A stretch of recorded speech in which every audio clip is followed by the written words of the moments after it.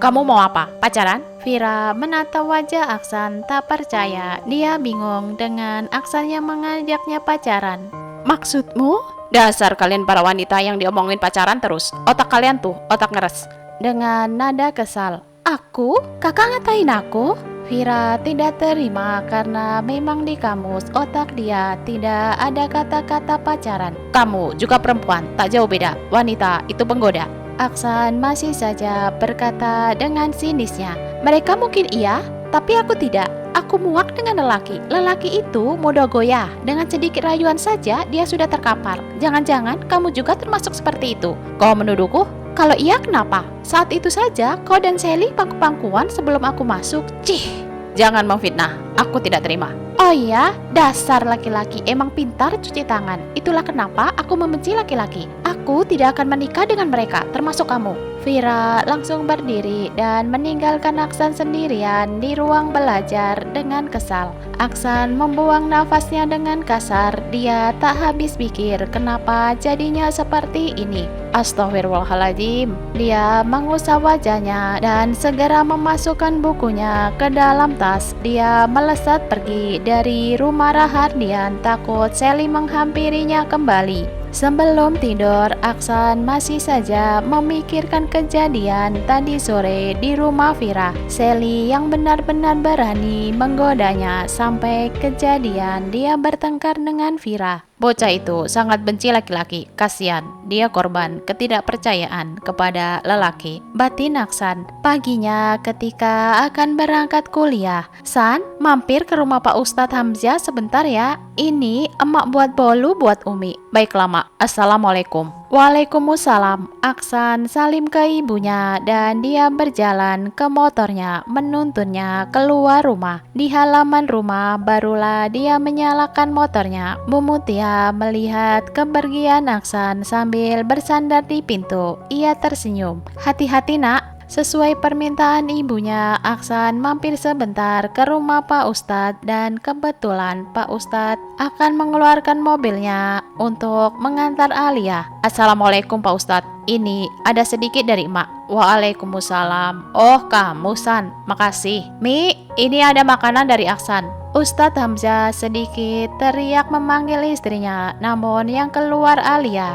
Kamu mau berangkat ke kampusan? Aksan mengangguk. Kalau gitu, sekalian ajak Alia, biar saya nggak ngeluarin mobil. Sebenarnya Aksan ingin menolak, namun tidak berani. Akhirnya dia mengantarkan Alia ke kampusnya sebelum ke kampus dia. Mas Aksan, maaf, aku pegangan ke Mas Aksan ya, soalnya takut jatuh. Alia mencari-cari kesempatan dan Aksan hanya bisa membiarkannya saja. Memang sih ada benarnya, alasannya kuat, takut jatuh jika tidak pegangan. Sementara Vira sudah menjemput Bima dan Susiati. Mereka berangkat bersama pagi ini. Ketika berada di sebuah lampu merah, Sus, Vi, lihat itu. Bukannya itu motor Kak Aksan, tapi Bima yang duduk di kursi belakang menghampiri mereka. Sekarang posisinya ada di antara Vira dan Susiati dengan kepala yang melongok ke depan. Mana?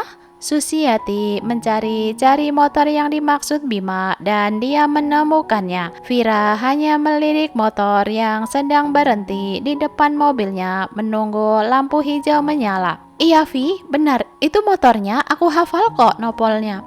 Hah? Sejak kapan kau menghafalnya? Vira membulatkan mulutnya ke Susiati. Hehehe, sejak pulang kemarin sore. Aku hafalin itu nomor platnya, biar jika sewaktu-waktu ketemu langsung tahu. Tuh, buktinya berguna kan? Ayo deh, diam kalian berdua. Tuh lihat, pegangan si cewek, erat banget. Pacarnya ya? Celote Bima, adiknya kali, kalau pacar kayaknya gak mungkin. Susiati sok tahu. Orang keaksan anak tunggal, tahu nggak siapa cewek itu? Kedua temannya langsung menatap Vira dan serempak berucap siapa? Itu anak Pak Ustadz. Sepertinya memang dia pacarnya Kak Aksan. Oh my god, berarti aku sudah kalah dong. Susiati menepuk jidatnya sendiri. Vira cekikikan melihat tingkah temannya itu. Makanya ngaca dulu Neng, Kak Aksan agamis, pasti milihnya yang berkerudung dong. Bima menoyor kepala Susiati. Ah, sakit. sakit hatiku. Susiati langsung menyandarkan dirinya ke pintu dengan wajah yang dibuat-buat sedih.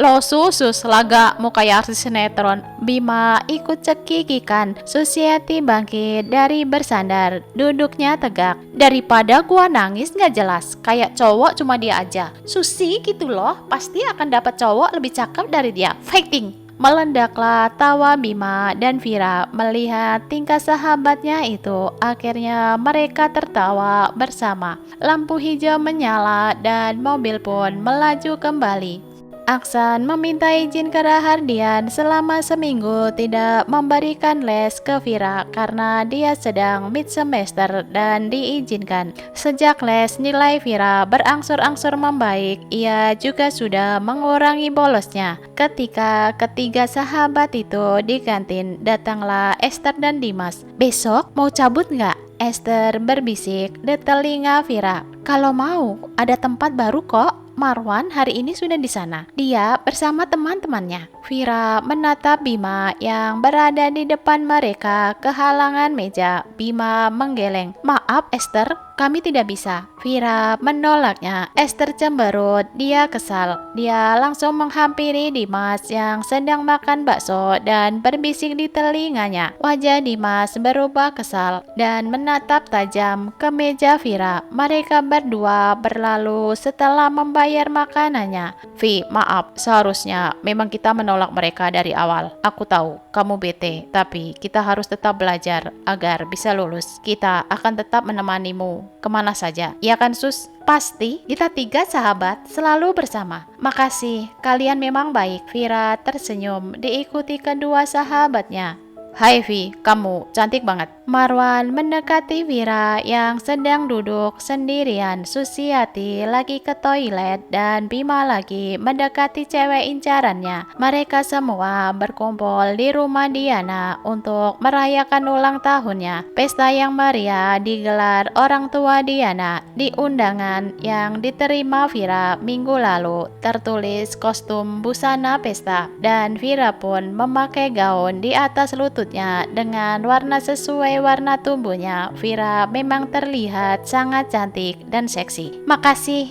"Kamu sekarang sombong Vi, gak mau wolos lagi." Vira hanya tersenyum tipis. Sebenarnya dia malas melayani obrolan Marwan. "Aku takut papa marah jika nilaiku jelek." Basa-basi Vira. "Kesana yuk Vi." Marwan menarik tangan Vira, namun Vira menolaknya, tapi tarikannya lumayan kuat. Terpaksa Vira mengikutinya, ditambah ada rasa malu ke teman-temannya yang melihat ke arah mereka. Bima yang lagi asik mengobrol dengan cewek incarannya melihat Vira berjalan di belakang Marwan dengan tangannya digenggam oleh Marwan berjalan menjauhi pesta. Bima langsung pamit ke cewek tersebut dan berjalan cepat mengikuti Vira, namun ia kehilangan jejak Vira. Bima masih terus mencari keberadaan Vira hingga Bima mendengar suara, "Lepasin, lepasin!" Bima berlari ke sumber suara. Dia tahu itu suara Vira dan benar saja Marwan sudah memeluk kencang Vira. Tanpa pikir panjang, Bima menendang pinggang Marwan. Marwan roboh ke samping pun Vira. Namun segera Bima membantu Vira berdiri. Bima sudah siap dengan kuda-kuda jika Marwan bangun kembali. Namun Marwan merasakan kesakitan di pinggangnya. "Awas, jangan ganggu Vira." Bima mengajak Vira masuk kembali ke pesta, meninggalkan Marwan yang masih di taman. Susiati yang di dalam ruangan tengok-tengok mencari Vira, dan ketika melihat Vira datang bersama Bima dari arah pintu, ia mendekatinya. "Kita pulang Sus, nanti aku ceritakan." Susiati langsung mengangguk ke Bima. Ia tahu jika wajah Bima serius seperti itu berarti dia tidak main-main. Mereka bertiga menuju mobil Vira. "Kita sewa driver saja." Bima langsung mengotak-atik gawainya. Tak berapa lama driver yang dipesan Bima datang. Vira memberikan kontaknya. Yang pertama tujuan mereka mengantar Susiati, barulah Bima, dan terakhir Vira. Sesampainya di rumah rumah, Vira dikejutkan oleh seorang ART yang sudah menunggu di garasi. Ada apa, Bi? Itu Non. Non, suruh les sekarang juga. Tuan marah-marah, Non.